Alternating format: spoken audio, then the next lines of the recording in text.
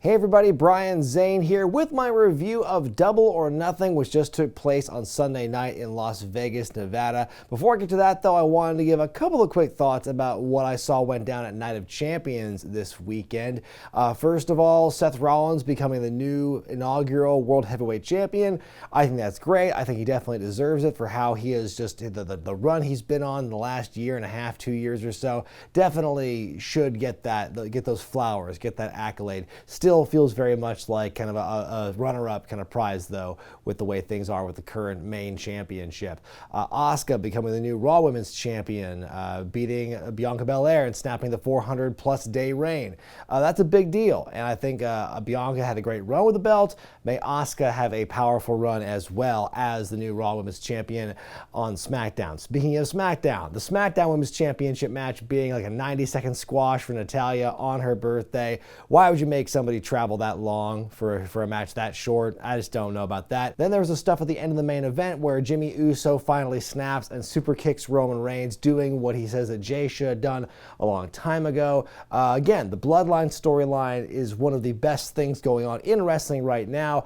I think this is a story you could have told with Cody winning at WrestleMania. The longer this has gone on, it felt for a long time up until Night of Champions, it felt like, every passing moment, it felt like that decision at WrestleMania aged worse and worse. I'm not saying that what happened on Sunday redeemed them exactly. You could have told the story with or without the belts, but I think that it's still a very good twist in this. And where Cody and Brock are going, I think is also being well done. But enough of that now. Moving on to Double or Nothing, beginning with the 21-man Battle Royal for the International Championship, which Orange Cassidy is defending. As a lot of the people made their way down the ramp for this at the end of the buy-in, all I could think to myself was like, wow, why are these guys in the Battle Royal? The Luchadors have a lot of big spots in this matchup. Commander with the insane tightrope walk into the plancha. They work together to protect Bandito as he does his stalling suplex. Brian Cage and Swerve of the Embassy take a long time getting into the ring. Cage eventually enters and is an amazing base for the Cruiserweights, just catching and throwing all the livelong day. Commander going up to the rope one more time, but Jay White spoiling the fun. Swerve finally enters the ring. More eliminations. Keith Lee has a good showing, but then gets taken out. Big Bill of the Firm takes out Ricky Stark. Some more quick eliminations, and we're down to Orange, Big Bill, Penta, and Swerve as the final four. Bill has Cero Miedo and takes out Penta. Somehow Orange avoids getting dumped out of the ring, and Bill is gone. Swerve and Orange have some great back and forth. Fighting on the apron, Orange has a shot, just kicks Swerve's hand off the rope. Swerve's hands flailing as he falls is what did it for me. I give it 3.5 stars out of 5. This was actually a really well done Battle Royal for the most part. The first part of it, when the ring's more full of guys and stuff, it's not quite as interesting, but as the field narrows down, it does get more exciting. And I think the stories they told, especially with like Lee and with Cage, I should say, and Swerve getting involved late the way they did, kind of the running theme of the Luchadors kind of working together, I thought was pretty fun. And the stuff, yeah, Swerve and Orange, that whole sequence at the end, the whole separate match they did, I thought was also very entertaining. Then we go to the Unsanctioned match up next, Chris Jericho versus Adam Cole, and you get Sabu as the special guest enforcer for all but 30 seconds, because you got this big fight on the outside between the JAS and all of Cole's friends, and then Sabu just like dives off the top through the table and everything. It looks terrible, and that's all we see of Sabu. He gets his payday, and he's gone. Why was he even there? It's finally down to our two main guys here. Big vertical suplex off the apron onto the floor after a couple of minutes. Jericho setting a chair up in the corner, but it turns out to work against him. He goes for a lion salt at one point, but Cole intercepts him with a kick. Cole goes for a Panama Sunrise, countered into the walls. Cole reaching outside the ring to grab a conveniently placed fire extinguisher, slowly gets into place to spray it in Jericho's face. Chris fights back with it, sprays it everywhere, and just drops onto Cole's stomach. Jim Ross at one point in the match reminding us that Adam Cole and Britt Baker are an item. They're not married, he specifies, but they are together. Just in time for Britt to arrive, and she beats up Jericho with a kendo stick. Saraya runs in, she gets hit too. Cole goes to the top rope, Jericho hucks a chair into his face, and Adam topples down through a table. Jericho brings out a big old chain. Suddenly now they're handcuffed to each other. I've changed the rules, it's a chain match now. Cole gets out of a choking situation, he lowers the boom, doing it again with some chain garnish, some unguarded punches to the face, and the referee just calls the the match. Referee stoppage, which, okay then. It does look like Cole gave Jericho a black eye of sorts. That came off to me like it was intentional, like part of the storyline, like Jericho probably wanted Cole to give him a black eye and probably give him one as, heat, making a revenge for what happened to Britt Baker a couple of weeks ago. I'm going to give this match 2 stars, though. This is not either man's best work. You're telling me you have all these people in your roster, and the only way you could write off all of Jericho and Adam Cole's corner guys to leave the arena was to bring in like 80-year-old Sabu for a spot, who has so little to do, especially with Adam Cole, nothing to do with Adam Cole, and so little to do with Chris Jericho's history. That just seemed like a weird choice to me. And then there were so many times in this matchup where you felt that there was this overly thought out, overwrought spot they were going to do, and you could tell they practiced real hard on it, and then when it came to the execution, they just didn't look that good. And so I think this was another, again, like I said in the predictions video, this is a match that could have done with another several weeks of build. I feel that this feud began and then we just TiVo'd past the next 3 weeks of programming that would justify why this match would have needed to be unsanctioned and all that stuff. You just elevated that too quickly, and I think that this match kind of suffered for it. Moving on to the tag team title matchup next, as FTR defends against Jeff Jarrett and Jay Lethal, who are accompanied by their whole gaggle of cronies. There's Satnam Singh, Sanjay Dutt, and the newly debuted Karen Jarrett for AEW. And by the way, finally, it's worth mentioning, I haven't talked about it before, but it's good to finally have a hybrid theme in wrestling that actually slaps. Mark Briscoe is the special guest referee, but I think he forgets for the first couple of seconds that he is the ref. I like the shrug here when he forgets to do the 3 count. Lethal and Dax bring in the chops. FTR do a do-si-do, and they do flips. FTR's on top for a long time until Cash is dumped outside after Jarrett pulls down the ropes. Karen with the choke spot. JR does the thing and calls her a Jezebel. Jarrett locks in the figure 4, but then Dax with the splax, and it's broken up. Nice hot tag to Dax and Lethal. Crowd is flat for this one. Not the last time I'll be saying that in this show. Sanjay with the distraction. There's a chase. Mark gets involved and ejects Dutt and Singh. Jarrett goes for the El Kabong while this is all happening, but he hits Mark instead. Aubrey Edwards runs in, but Sanjay stops her in her tracks. Then Karen decks Aubrey with the other guitar. El Kabong City. Jarrett decks Dax with the title belt, the stroke, the kick out at 2. Jarrett slaps Mark a couple of times. Mark slaps back. Jarrett walks into the Shatter Machine, the cover, and the win. This was the perfect palate cleanser to the previous match we had just seen. I know that it was also overbooked and kind of mad, but this was, I think, done in a good way. I like the story they told here, the way they used Mark in this matchup, the near falls, all the gimmicks.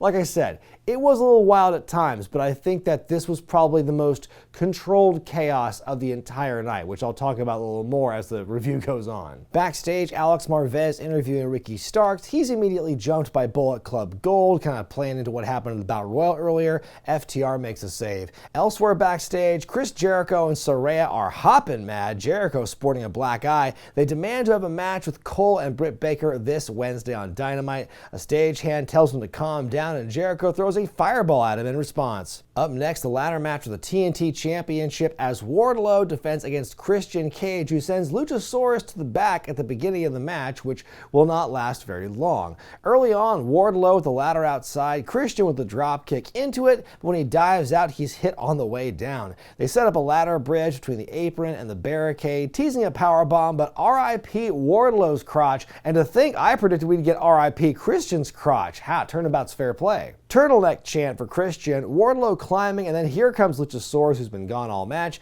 Christian is Alabama slammed into a ladder. Wardlow with a swanton attempt, but just eats the ladder. Arn Anderson strolls in, and suddenly Wardlow tries jumping onto the ladder, but the ladder bends. Ouch. Arn gets into the ring, looks to be holding his breath for some reason. Luchasaurus grabs him. Arn puts Luchasaurus' thumb into his own mouth. Then it looks like Arn bit Luchasaurus' finger, like there's blood in Arn's mouth. That's why he had it closed. What is happening in this moment? Wardlow with the swanton off the big-ass ladder onto Luchasaurus through the tables. Christian's climbing. Arn pushes the ladder. Christian falls into Wardlow's waiting arms for a powerbomb.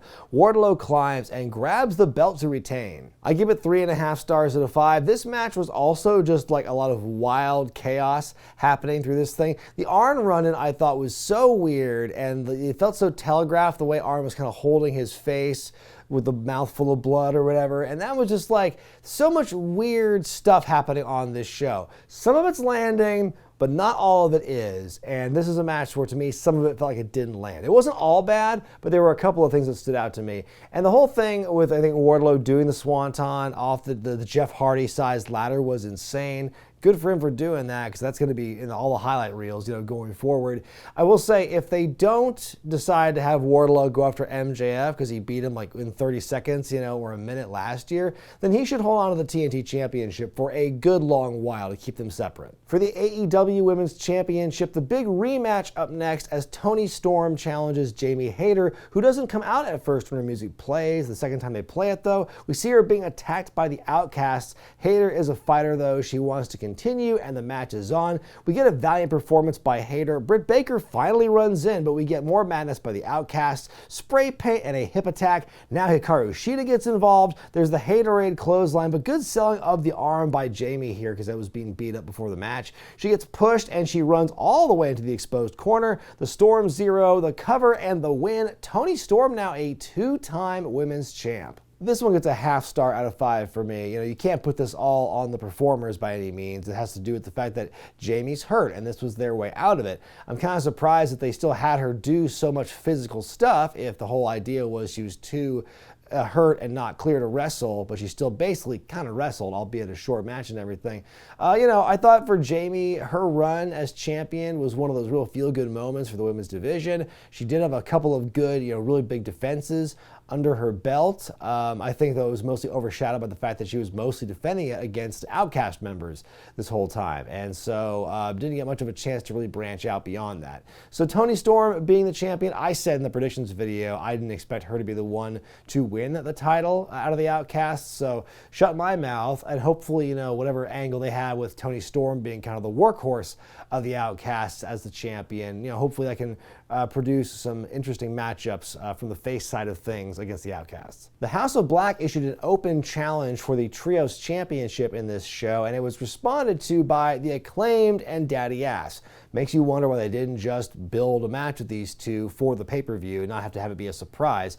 Back and forth with all 6 guys to start things off. Bo is getting his leg worked over for a lot of the match here. He finally gets some separation, but there's no one around for him to tag. Big double teaming by the House of Black, a giant Meteora by Buddy Matthews. The heat continues to be poured on. Billy Gunn's finally tagged in and is a House of Fire, hitting the Famouser, but he takes the end, and Malachi Black with the cover and the win. 3 out of 5 stars for me on this one. I mean, it was an okay match. There was no real build or heat to this one, so it was just, it was there as a showcase for the House of Black. I thought it was interesting that for Max Caster's opening rap, he actually had a couple extra bars in this one. He didn't just do the standard, 4 lines or whatever. He actually did, I think, 6 or so by the end of it. I think the special rules for these House of Black title matches where it's dealer's choice or it's 20 count, I don't know if these rules have really lent itself to it makes these matches distinctly different or better or different, in some kind of way that's markedly varied from regular trios matches yet. But maybe there'll be some other opportunity for that to show and come through. For the TBS Championship, Jade Cargill hoping to go 60-0 when she takes on her challenger once again in Taya Valkyrie.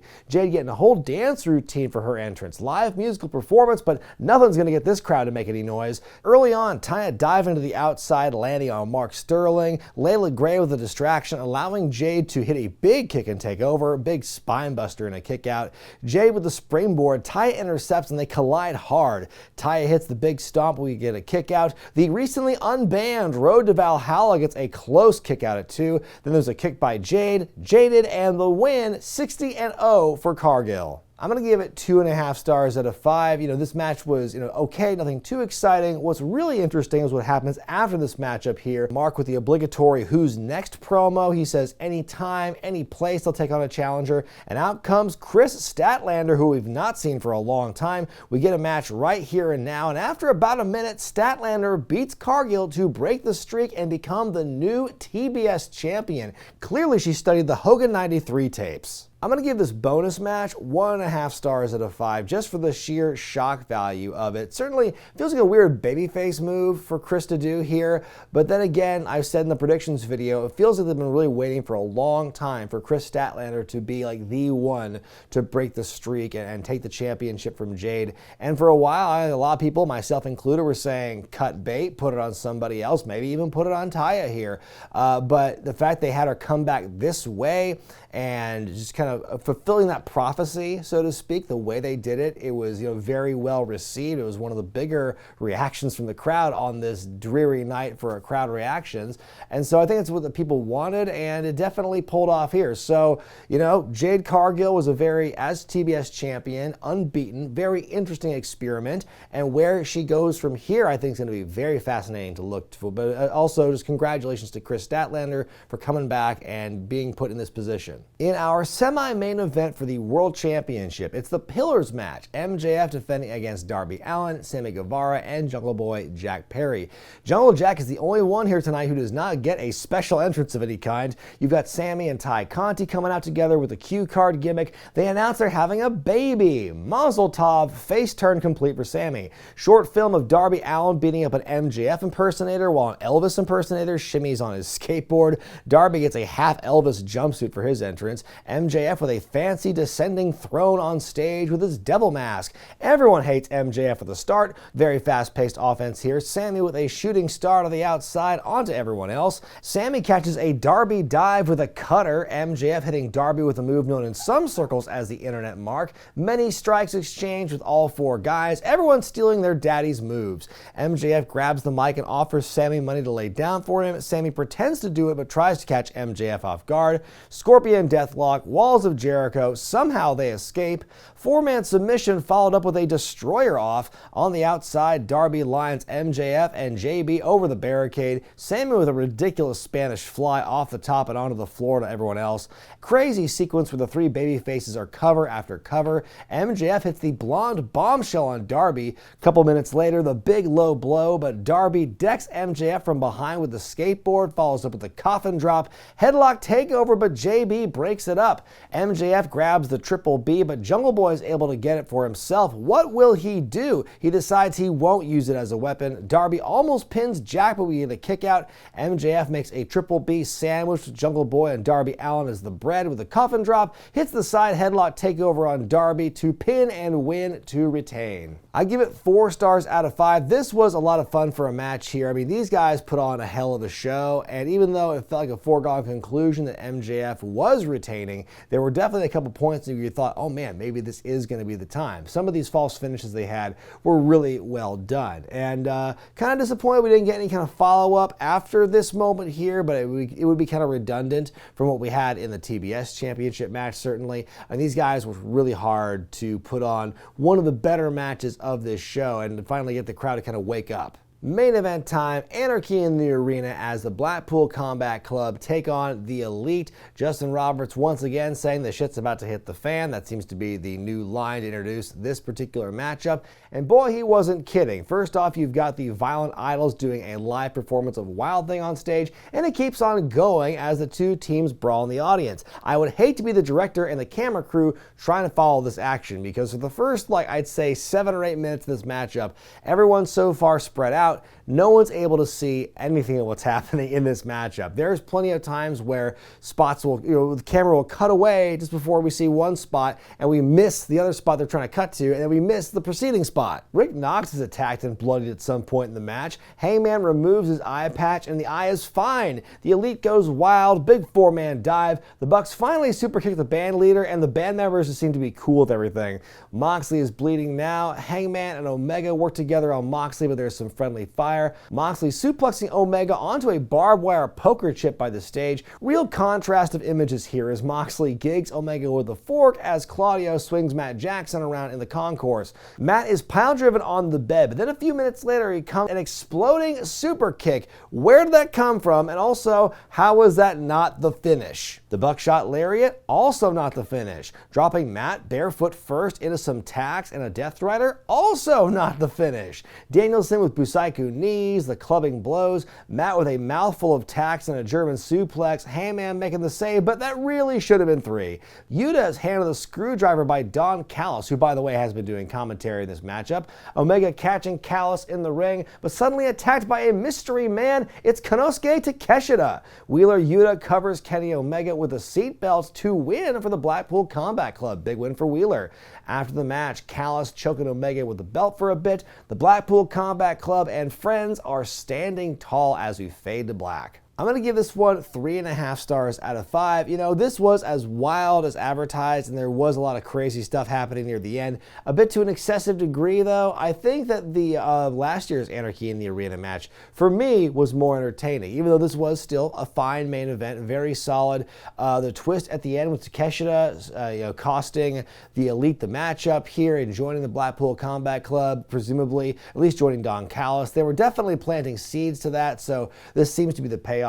From a storytelling perspective, I thought this match was really well done, but from a production perspective, it was kind of hard to watch, especially for that first half of it, because the bodies were everywhere. There was so much crap going on, and I feel that I get what they were doing this year with the sequel to last year and having the Wild Thing play, because they went and played for a long time last year, and they did the same thing this time, and there was a certain payoff to it with the band leader getting super kicked, but I don't know, I just felt more grating this time, because they had done the joke the previous year. My grade for AEW Double or Nothing 2023 is a C+. I was kind of going back and forth on this one between that and a B-. I'm going to go with C+ on this one because I think that there were certainly a couple of good matches on this show. A lot of the matches on the undercard seemed kind of like, TV main event worthy, but not quite pay-per-view. And then there was a couple other bad choices. I think that this was probably the weakest overall main show performance from AEW I've seen in a while. Certainly the deadest crowd I've heard of an AEW show. And I try not to let the crowd influence my stance on a show one way or the other, but I think that this one was kind of the opposite of, say, Backlash in Puerto Rico earlier this month. Going to this completely oversaturated and beat to death market of Las Vegas. Maybe go out back to the Northwest, Portland and Seattle. We love AEW. The crowds there are awesome. So bring AEW back there for a pay-per-view, why don't you? It was just a lot of the first half of this show felt very overbooked, a lot of unnecessary bells and whistles. And like I said, some of those things paid off, but a lot of them also didn't, and I think kind of dragged the show down. But those are just my thoughts, folks. What did you think of Double or Nothing? I want to hear about it in the comments section below. Be sure to give the video a thumbs up if you like it. Subscribe to Wrestling with Wregret. Hit that bell icon to get all the notifications. I'm Brian Zane, and I'll see you next time.